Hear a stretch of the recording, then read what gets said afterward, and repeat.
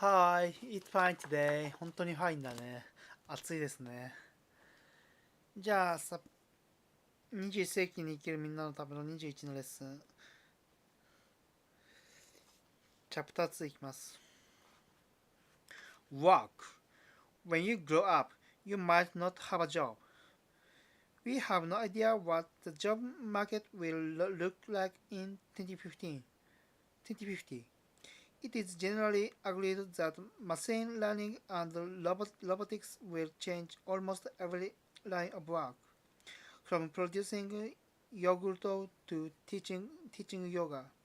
However, there are conflicting views about the nature of the change and its imminence. Some believe that within a mere decade or two, billions of people will become economically redundant. redundant. Others maintain that even the long-run automation will keep generating new jobs and greater prosperity for all. So, are we on the verge of a terrifying upheaval, or are such forecasts yet another example of ill-founded Luddite hysteria? It is hard to say.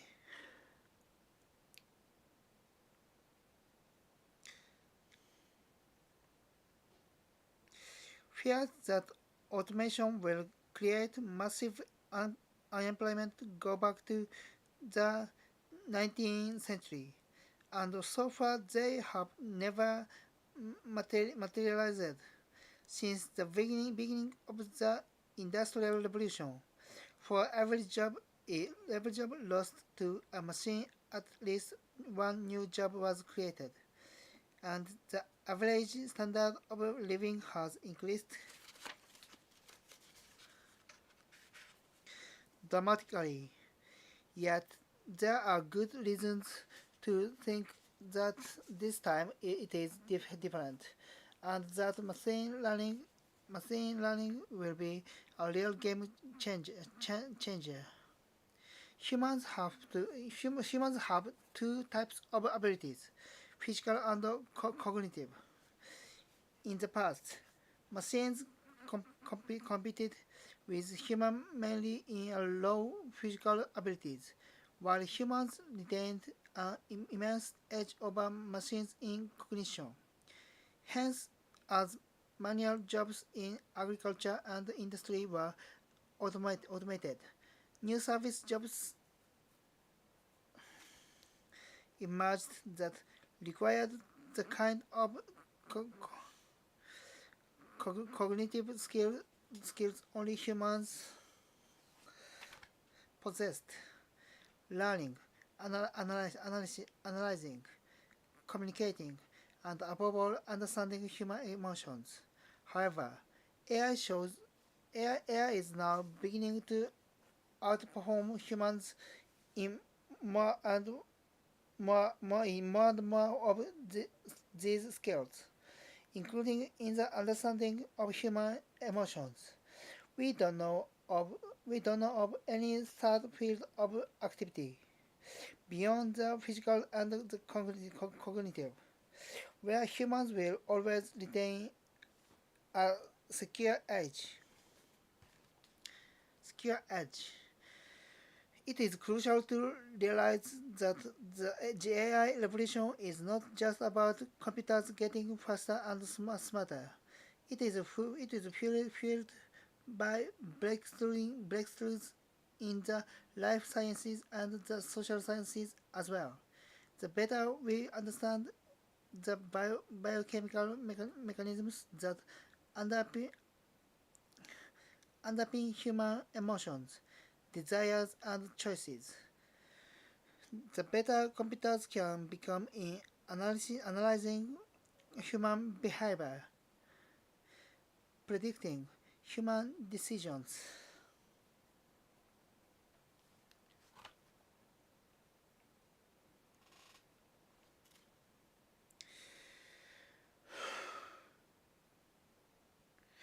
and replacing human drivers, bankers, and lawyers. In the last few decades, research in areas such as neuroscience and behavioral economics allowed scientists to hack humans, and in particular to gain a much better understanding of how humans make decisions. It turned out that our choices of everything from food to mates result not from some mysterious free will, but rather from billions of neurons calculating probabilities within a split second.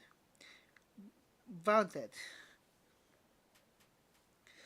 vaunted, vaunted human intuition is in daily pattern recognition. Good drivers, bankers, and lawyers don't have magical intuitions about traffic, investment, or negotiation. Rather, by recognizing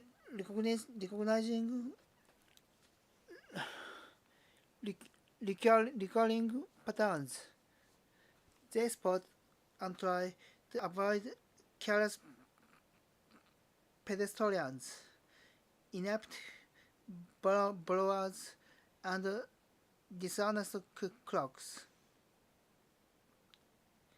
It also turned out that the biological algorithms of the human brain are far from perfect.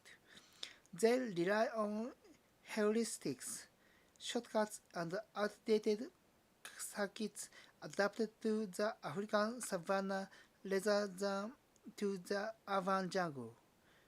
No wonder that even good drivers, bankers, and lawyers sometimes make stupid mistakes. This means that AI can outperform humans even in tasks that supposedly demand intuition. If you think AI needs to compete against the human soul in terms of mystical hunches, that sounds impossible. But if AI really needs to compete against neural networks in calculating prob- probabilities and recognizing patterns, that sounds far less daunting. In particular, AI can be better at jobs that demand intuitions about other people. Many lines of work, such as driving a vehicle in a street full of pedestrians, lending money to strangers, and negotiating a business deal, require the ability to correctly assess the emotions and desires of other people. Is that kid about to jump onto the road? Does the man in the suit intend to take my money and disappear? Will that lawyer act on his threat, or is he just bluffing? As long as it was thought that such emotions and desires were generated by an immaterial spirit, it seemed obvious that computers will never be able to replace human drivers, bankers, and lawyers. For how can a computer understand the divinely created human spirit? Yet, if these emotions and desires are in fact no more than biochemical algorithms, there is no reason why computers cannot decipher decipher these algorithms and do so far better than any Homo sapiens. A driver predicting that the intentions of a pedestrian, a banker assessing the credibility of a potential borrower, and a lawyer gauging the mood at the negotiation table don't rely on witchcraft. Rather, unbeknownst to them, their brains are recognizing biochemical patterns of analyzing facial expressions, tones of voice, hand movements, and even body odors. An AI unequipped with the right sensors could do all that far more accurately and reliably than human. いや、読んでて勉強する気なくす内容だな。お前がいくら勉強しても2050年にはお前の職業なんてないよって言われてるみたいで。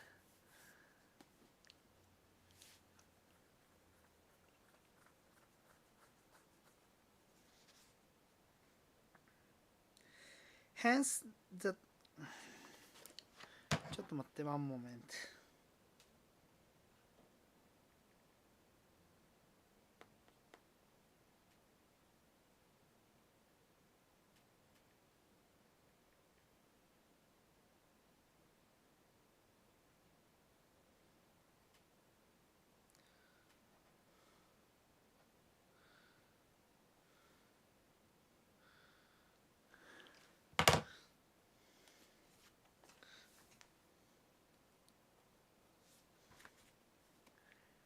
Hence, the treat.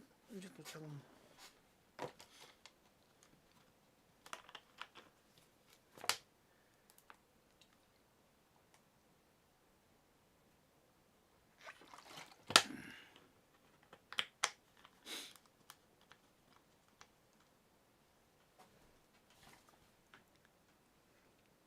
Hence, the threat of job losses does not result merely from the rise of infotech. It results from the confluence of infotech with biotech.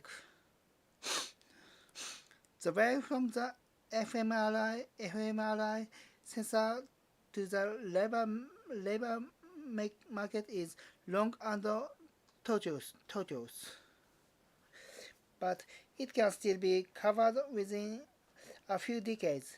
What brain scientists are learning today about the amygdala and the cerebellum might make it possible for computers to outperform human psychiatrists and bodyguards in 2050.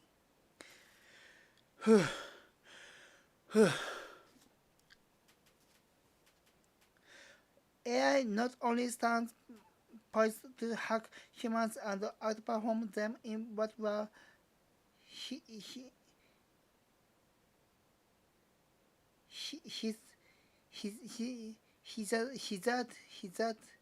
uniquely human skills. It also enjoys unequally non-human abilities, which make the difference between an AI and a human worker one of kind rather than merely of degree. Two particularly important non-human abilities that AI possesses are connectivity and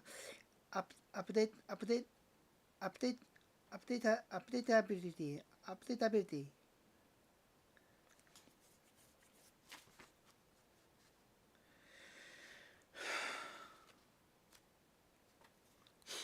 Since humans are individuals, it is difficult to connect them to one another and to make sure that they are all up to date.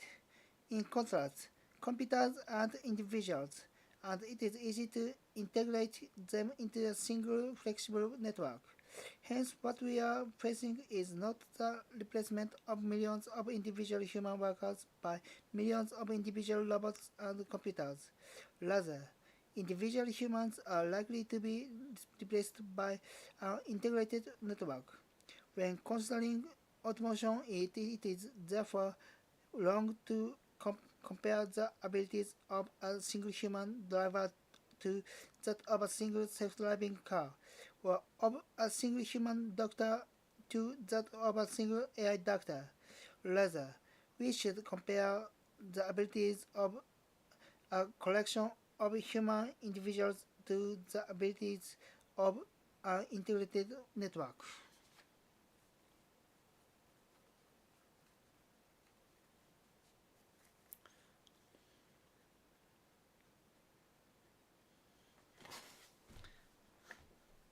For example, many drivers are unfamiliar with all the changing traffic regulations, and they often violate them. In addition, since every vehicle is an autonomous entity, when two vehicles approach the same junction at the same time, the drivers might miscommunicate their intentions and collide.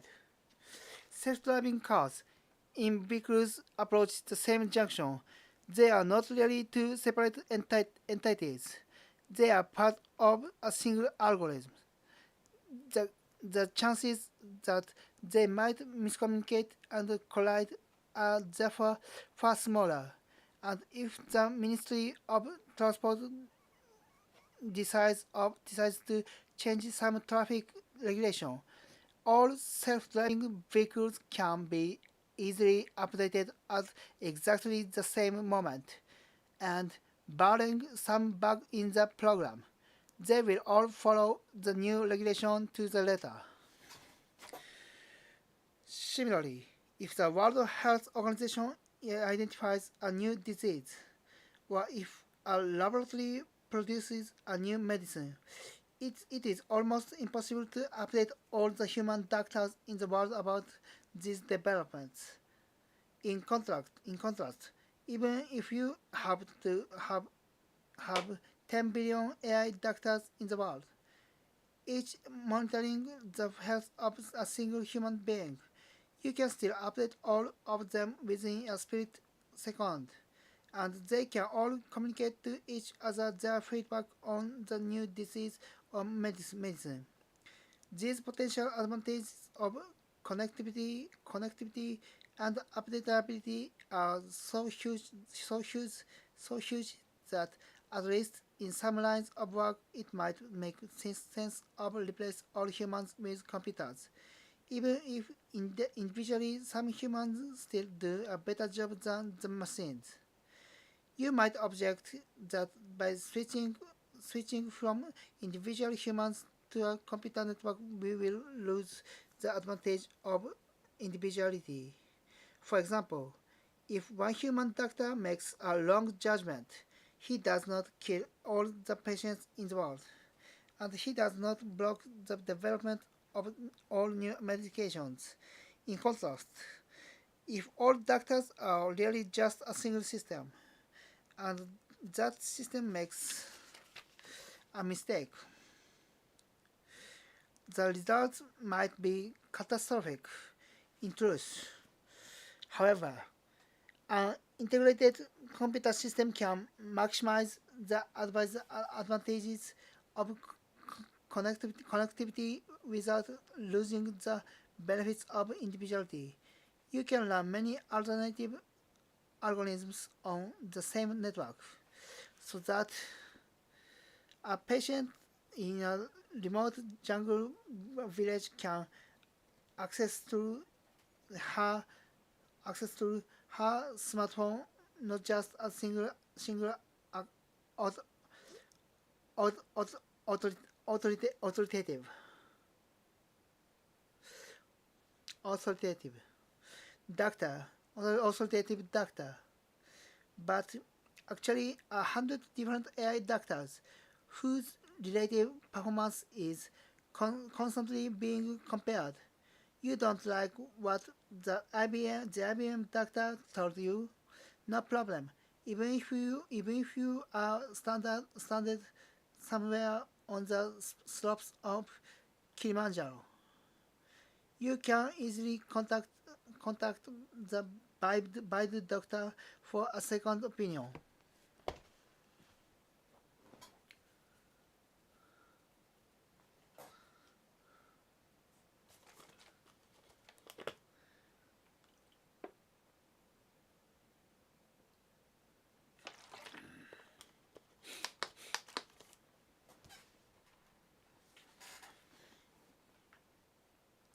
The benefits from the benefits for human society are likely to be immense.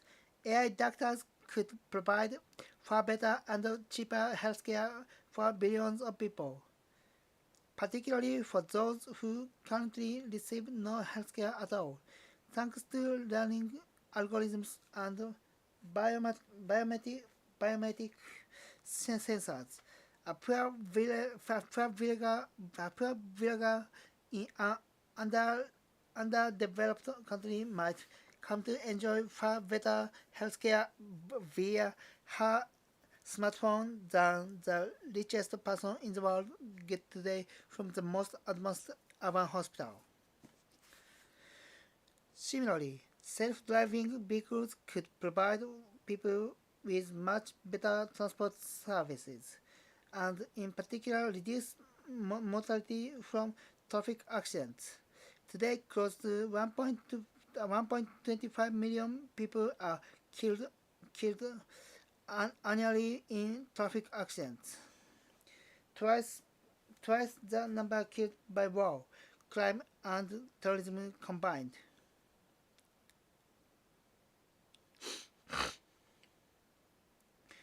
More than 90% of these accidents are caused by very human errors. Somebody drinking alcohol and driving, somebody texting a message while driving, somebody falling asleep at the field, somebody daydreaming instead of paying attention to the road. The U.S. National Highway Traffic Safety Administration is estimated in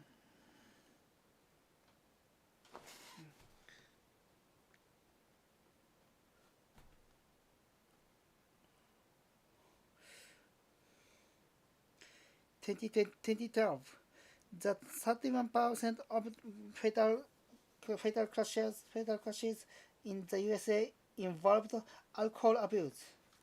30% involved speeding and 21% involved distracted drivers.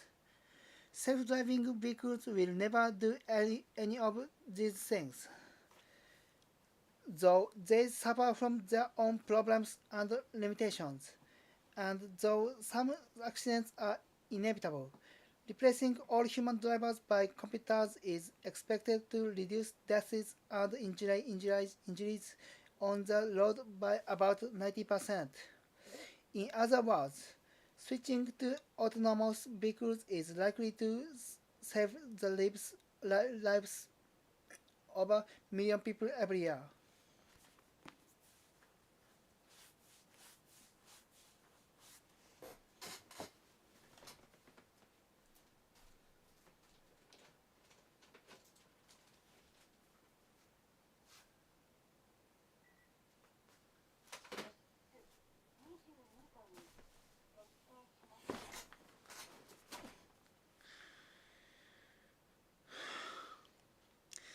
Hence, it would be madness to block automation in fields such as transport and healthcare just in order to protect human jobs. After all, what we ultimately ought to protect is humans, not jobs. Redundant drivers and doctors will just have to find something else to do.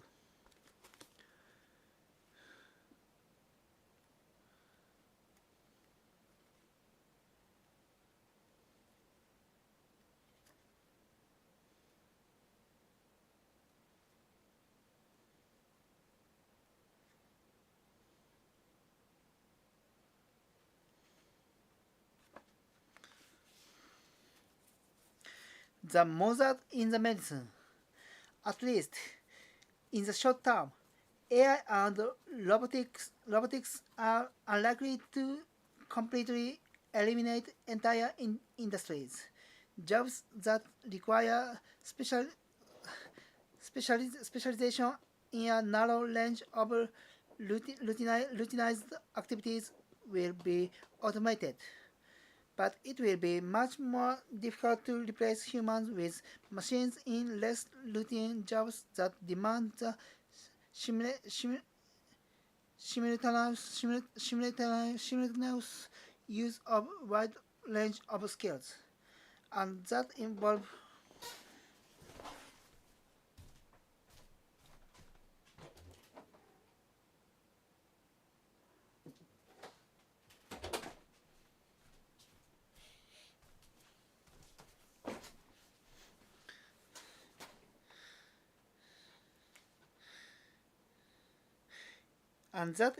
dealing with unforeseen scenarios. Take healthcare, for example. Many doctors focus almost exclusively on processing information. They absorb medical data, analyze it and produce a diagnosis. Nurses, in contrast, also need good motor and emotional skills in order to give a painful injection. Replace a bandage or restrain a violent patient. Hence, we will probably have an AI family doctor on our smartphone decades before we have a reliable nurse robot. The human care industry, which takes care of the sick, the young and the elderly, is likely to remain a human version for a long time. Indeed, as people live longer and have fewer children.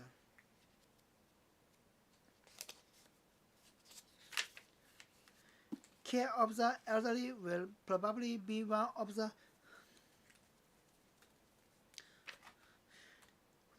fastest growing sectors in the human labor market. Alongside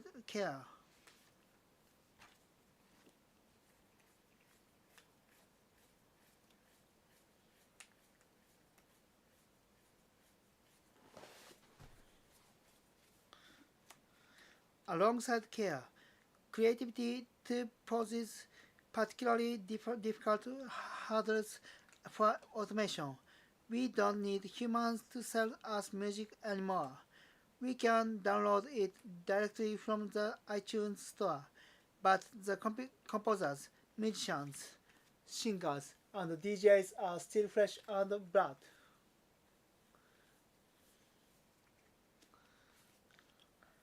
We rely on their creativity not just to produce completely new music, but also to choose among a mind-boggling range of available possibilities. Nevertheless, in the long run, no job will remain absolutely safe from automation. Even artists should be put on notice. In the modern world, art is usually associated with human emotions. We tend to think that artists are channeling internal psychological forces, and that the whole purpose of art is to connect us with our emotions or to inspire in us some new feeling. Consequently, when we come to evaluate art, we tend to judge it by its emotional impact on the audience. Yet, if art is defined by human emotions, what might happen once external algorithms are able to understand and manipulate human emotions better than Shakespeare, Frida Kahlo, or Beyonce?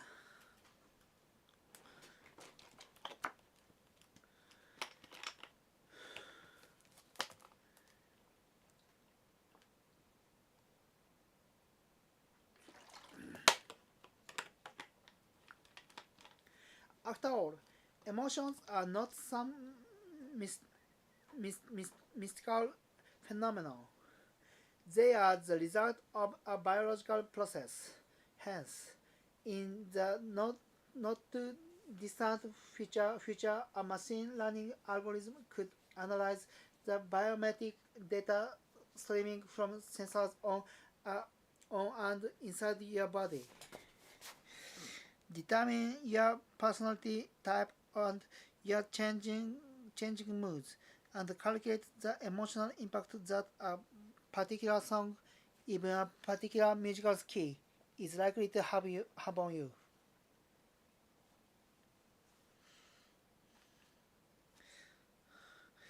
Of all forms of art, music is probably the most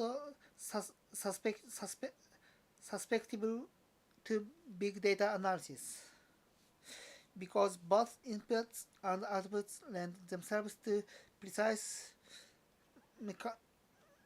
mathematical depiction. The inputs are the mathematical patterns of sound waves, and the outputs are the electrochemical patterns of neural storms. Within a few decades, an algorithm that goes over millions of musical experiences might learn to predict how particular inputs result in particular outputs. Suppose you just had a nasty fight with your boyfriend. The algorithm in charge of your sound system will immediately discern your inner emotional turmoil, and based on what it knows about you personally and about human psychology and in human psychology in general, it will play songs tailored to resonate with your gloom and echo your distress. These particular songs might not work well with other people.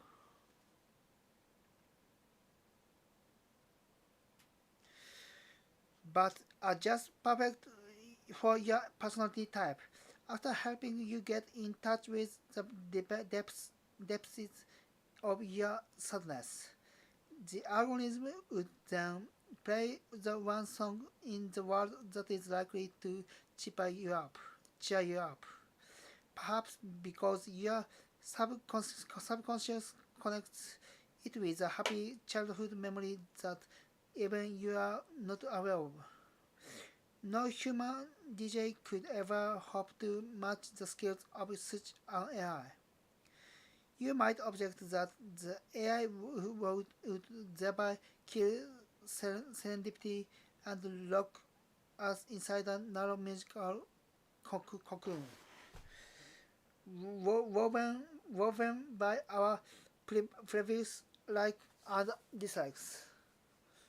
What about what about exploring new musical tastes and styles? No problem.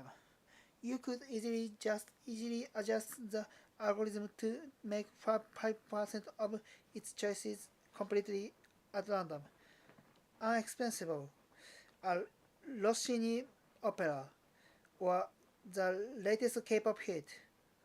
Over time, by monitoring your reactions, the AI could even determine the ideal level of randomness that will optimize explosion explore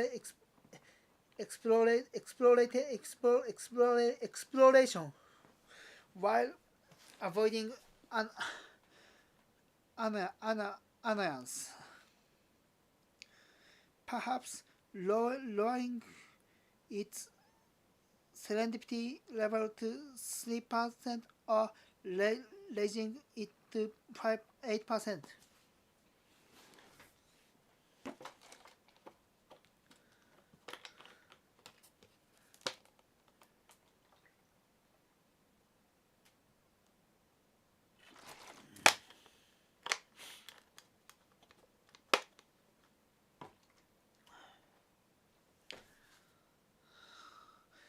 Another possible objection is that it is unclear how the algorithm could establish its emotional goals.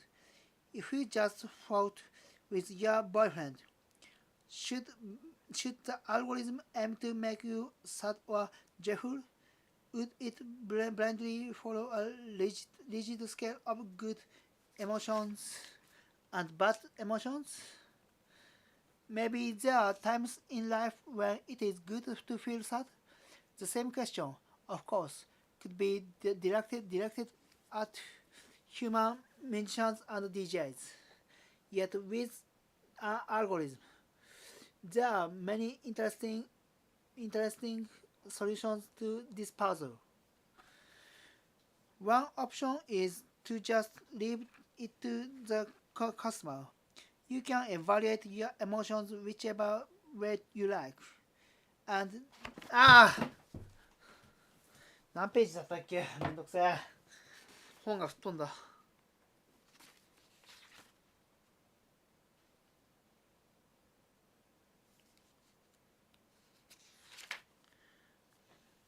Our option is to just leave it to the customer. You can evaluate your emotions whichever way you like, and the algorithm will follow your dictates.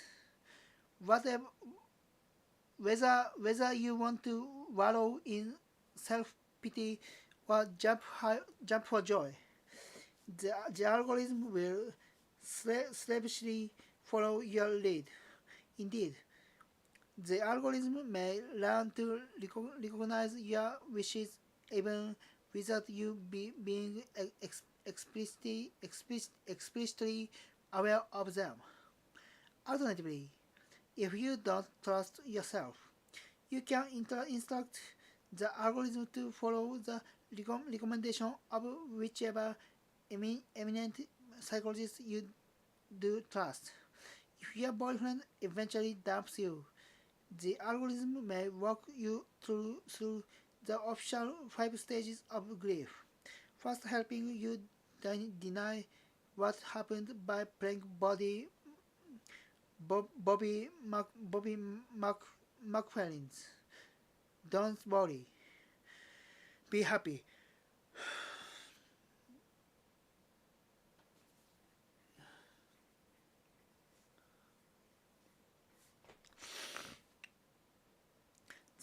Then whipping up your anger with Alanis Morissette's "You Oughta Know,"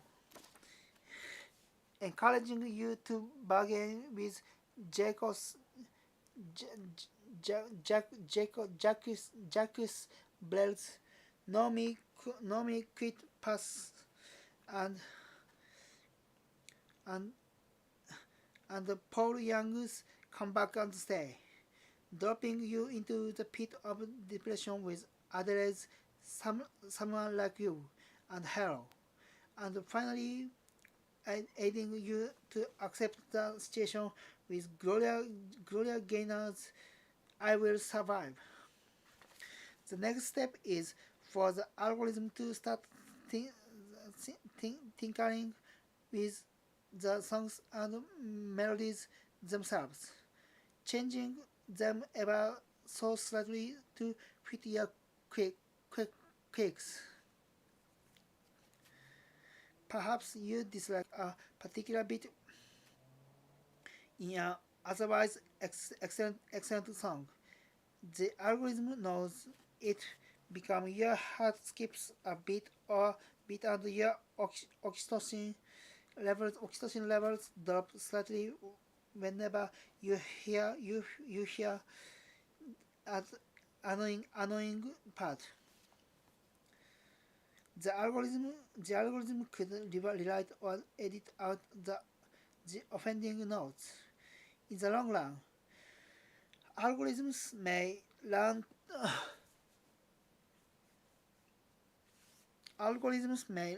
how to compose entire tunes, playing on human emotions as if they were a piano keyboard.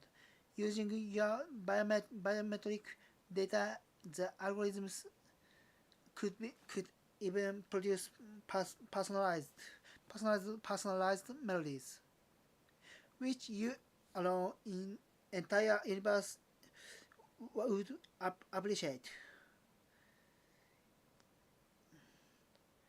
It is often said that people connect with art because they find themselves in it.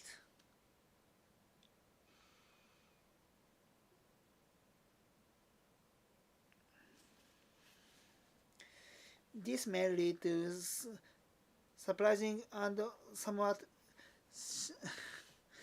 sinister results if and when, say, Facebook begins creating personalized art based on everything it knows about you.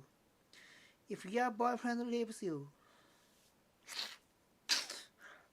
Facebook will treat you to an individualized song about that particular bastard rather than about the unknown person who broke the heart of Adele or Alanis Morissette.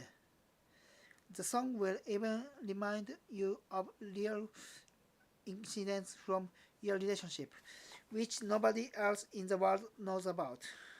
Of course, personalized art might never catch on, because people will continue to prefer common hits that everybody likes. How can you dance or sing together to a tune nobody besides you knows? But algorithms could prove even more adept at producing global hits than personalized rarities. By using massive biometric databases gener- garnered, garnered from millions of people, the algorithm could know which biochemical buttons to press in order to produce a global hit which would set everybody singing like crazy on the dance floors. If art is really about inspiring or manipulating human emotions, who, if any human musicians will have a chance of com- competing with such an algorithm, because they cannot match it in understanding the chief instrument they are playing on, the human biochemical system. Will all this result in great art? That depends on the definition of art. If beauty is indeed in the ears of the listener, and if the customer is always right, then biometric algorithms stand a chance of producing the best art in history. If art is about something deeper than human emotions and should express a truth beyond our biochemical vibrations, biometric algorithms might not make very good artists, but do not humans. In order to enter the art market and displace main human composers and performers, algorithms won't have to begin by straight away surpassing Tchaikovsky. It will be enough if they outperform Britney Spears. ふぅ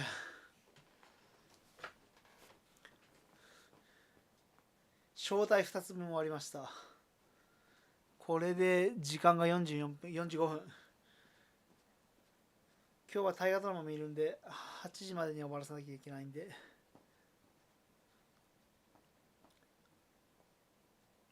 かゆい。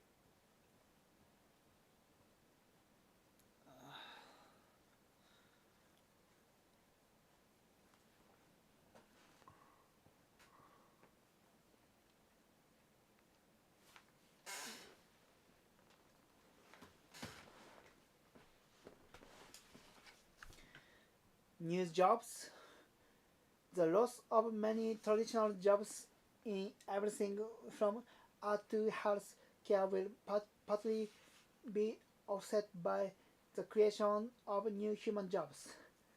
GPS, GPS who focus on diagnosing known diseases and administer,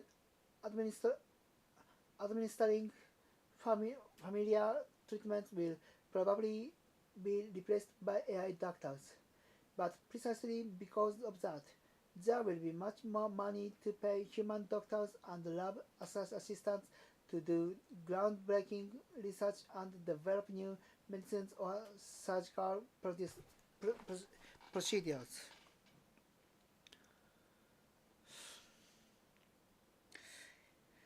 AI might help create new human jobs in another way.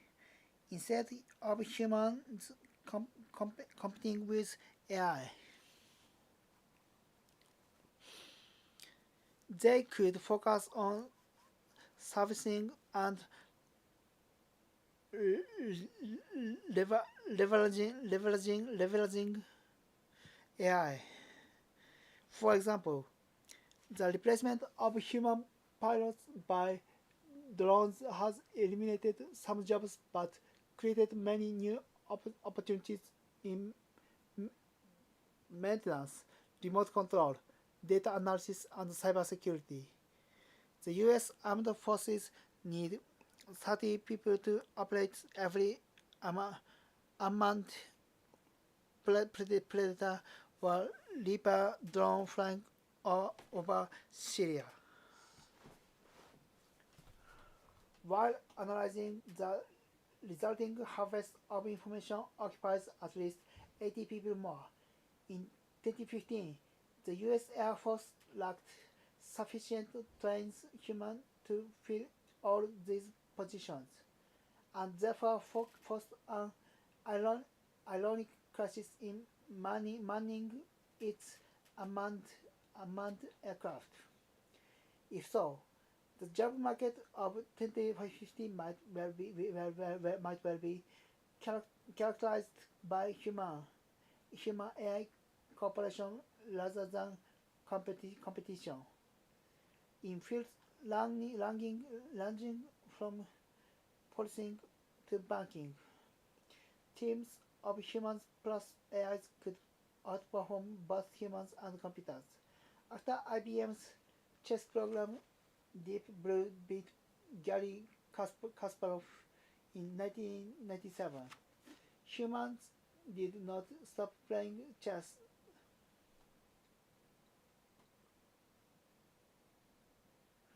Later, thanks to AI trainers, human chess masters became better than ever, and at least for a while, human AI teams known as Centaurs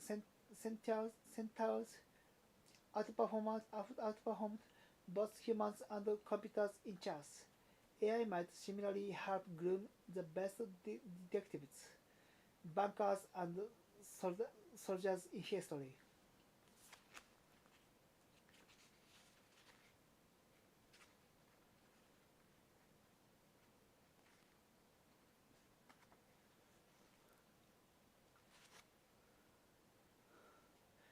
The problem with all such new jobs, however, is that they will probably demand high levels of expertise and will therefore not solve the problems of unemployed unskilled laborers. Creating new human jobs might prove either the retraining humans to actually fill these jobs. During previous waves of automation, people could usually switch from one routine low-skill job to another.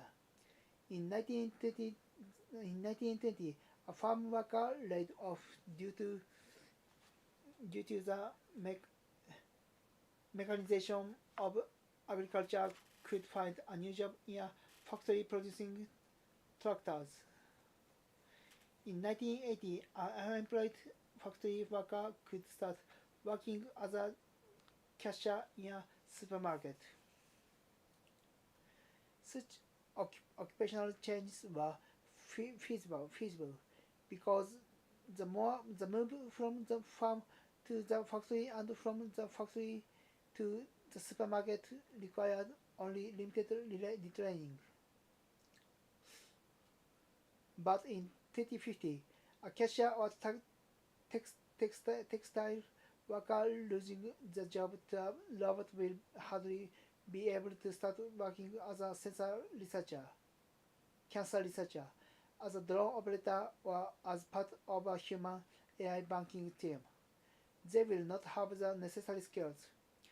In the First World War, it made sense to send millions of raw conscripts to change machine guns and die in their thousands. Their individual skills mattered little. Today, despite the shortage of drone operators and data analysts,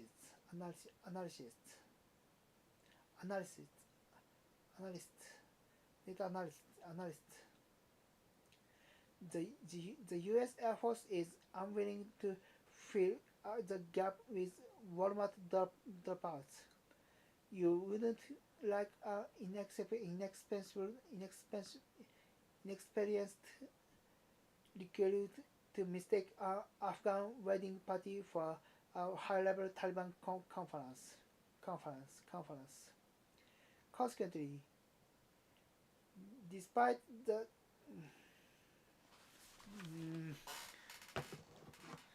ちょっと辞書タイム。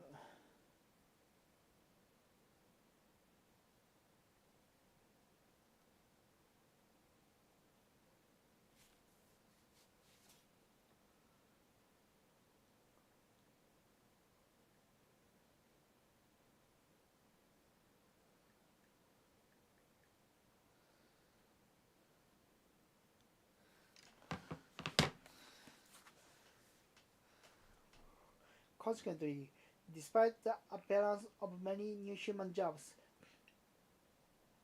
we might nevertheless witness the rise of a new useless class. We might actually get the worst of both worlds, suffering simultaneously from high unemployment and a shortage of skilled labor.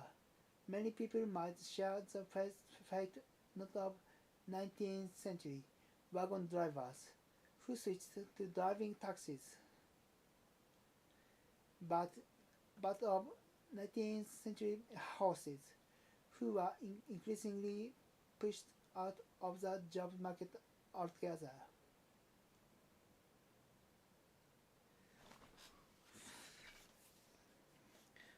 じゃあ喉が枯れてきたんでここまでにします。